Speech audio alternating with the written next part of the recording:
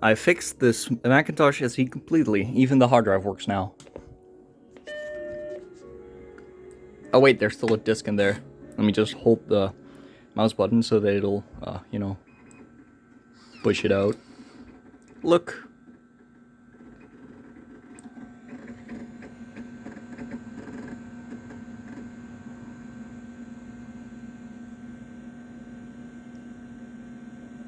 Oh wait, maybe because I was holding it.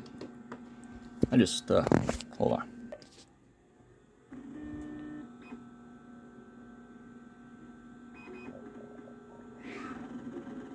Listen to that. That's beautiful.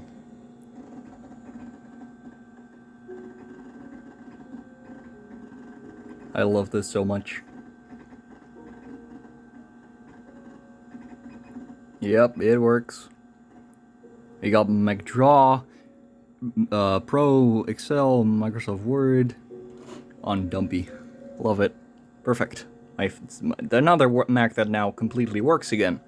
Just like my LC and that one over there, except for the eject function, but we don't talk about that.